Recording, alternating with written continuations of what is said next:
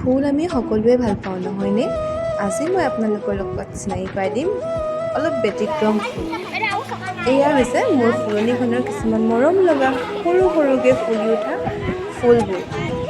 চাওকচোন, এই ফুলকেইপাহ দেখিলে আপোনালোকৰো আপোনাৰ সময়ৰ কথা মনত পৰি যাব। মই সেইবাবেই এই ভিডিঅ'টো আপোনালোকলৈ আগবঢ়াইছোঁ, যাতে আপোনালোকেও আপোনাৰ শৈশৱৰ দিনবোৰ মনত পেলাব পাৰে। সঁচাকৈয়ে সেই দিনবোৰ অতি সুন্দৰ আৰু মনোমোহা আছিল।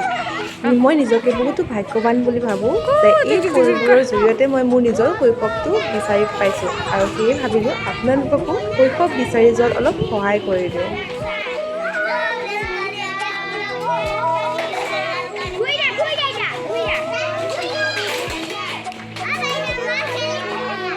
থাকিলা তুমি